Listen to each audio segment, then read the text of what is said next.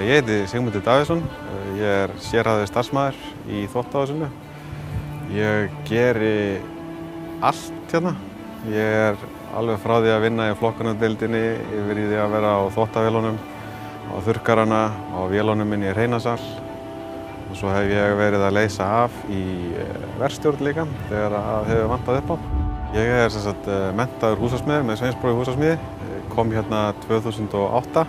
Þannig að þetta er 10. árið mitt hér núna. Ég er á Vesturbænum í Reykjavík. Hjáverkum á kvöldin núna undanfarið verið í háskólanum. Ég er búinn að vera að taka viðskiptafræði áfanga. Ég keyri nú yfirleitt beint niður í Laugardalslaug þar sem ég er að þjálfa ólympískar lyftingar með félaga mínum á kvöldin frá 5 til hálf 8. Ég byrjaði fyrir 10 árum síðan í lyftingadeild Ármanns að fikra mig áfram í ólympískum lyftingum hjá félaga mínum.